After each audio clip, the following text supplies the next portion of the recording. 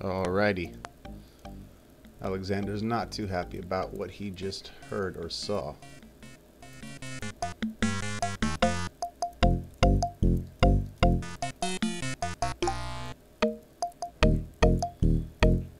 Now that the room is empty, we shall try to get in there. We need the proof for the guard dogs.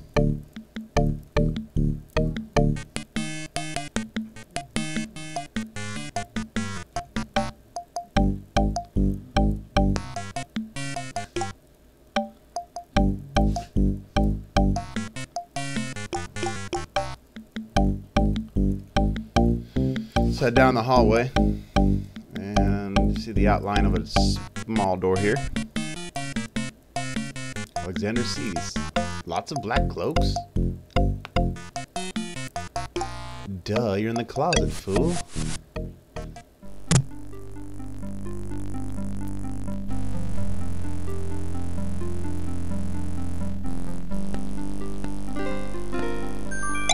Alexander inserts the skeleton key in the trunk's lock and it turns it. He hears a click. He opens the trunk. Alright, grab that letter. Alexander picks up the most recent letter and examines it. The letter is addressed to Abdul Azaret from the wizard Shadrach. It reads, "Greetings, brother of the Black Cloak. I was sorry to hear of the great Marduk's death, though he was a bit of a ninny at chess. It seems the plans for that little kingdom of yours are coming along. I must congratulate you on handling of the king and queen. Isolating the islands so that no protest could develop was another brilliant stroke. It looks like there's not much left to stand in your way. Do as I recommend with the girl, and you shall have the crown." That fiend! That fiendish bastard.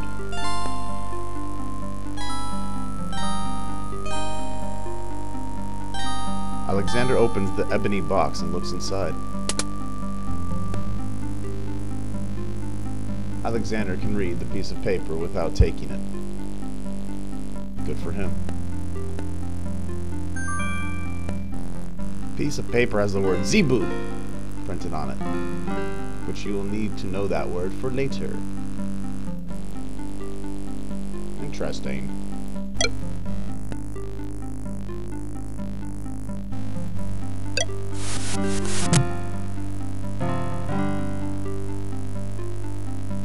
And we'll go back through the secret passage. No need to alert any guards yet.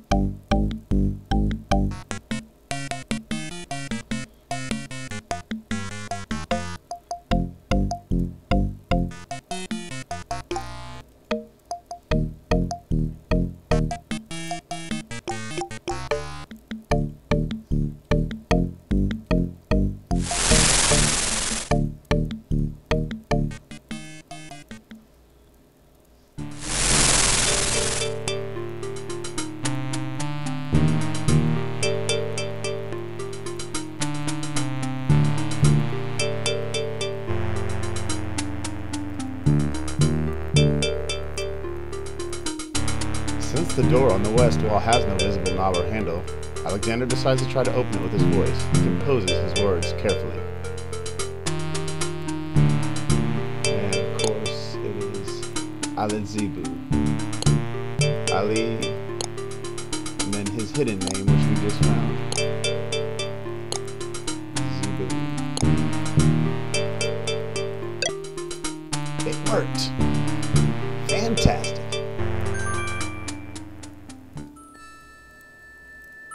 Alexander pulls the drapery aside, curious to what might lie underneath.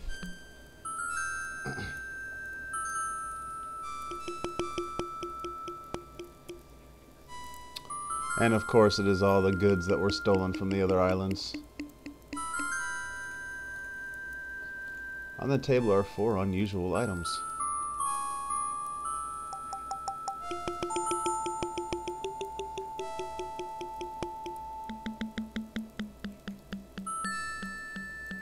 The beast crest. The fleece made of gold. The stone from the Island of Wonder. And a miniature oak tree from the Druids. See? This guy's a bad bastard.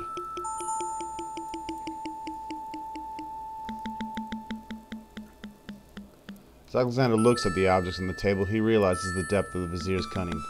It must have been the Vizier or some accomplice who stole the one thing that was most precious to each island, and then leaked rumors that the one of the other islands was responsible. But what did the Vizier have to gain by causing the islands to hate one another? You kidding, right? That answer is obvious. Keep him busy while he did his duty.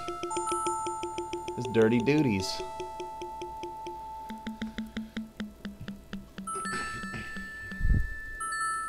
Alright, let's go and get the hell out of here.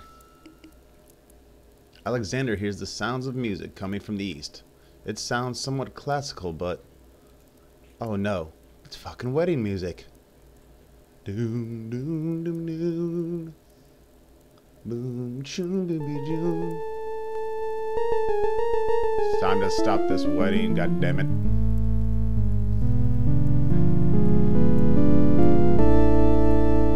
Alexander hears the sound of the guard's footsteps coming from the north. Wait, there are more footsteps approaching from the west. Now what?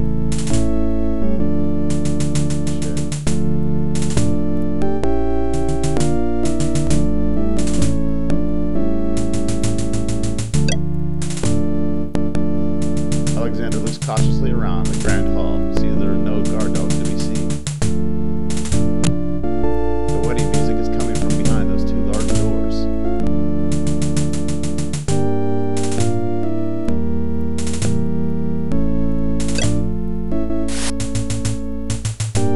Prince Alexander here. The Vizier will have my head for allowing you to within a mile of the royal wedding. Since you are of noble birth, I will give you 5 seconds to explain your presence here before killing you. Ruff. I warn you, it had better be good. Ruff, ruff, ruff, ruff. And we probably should show the letter. Yes, this is the bad, evil letter. Wait, if you love your princess, you'll hear me out. The Vizier is not what he appears to be. Cassim is in terrible danger. I approve of this. For the princess's sake, you must believe me. Let me see that.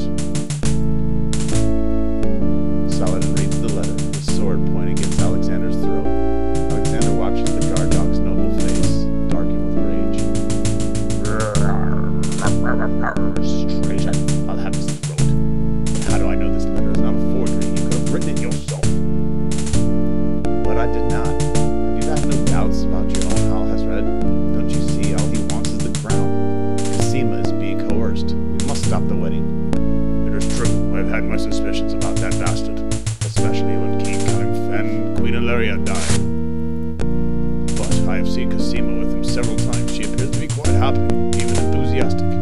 I don't believe she could love him if she were truly so wicked. I don't believe that.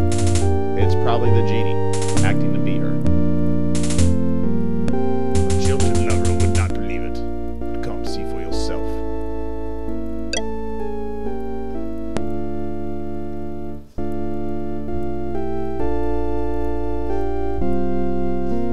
The captain of the guard leads Alexander in the throne room, where a ceremony seems to be in progress. Alexander feels his blood run cold at the sight. Oh my god. I, Cassima, declare Abdullah Hasred as my lawful and beloved husband and king of this realm.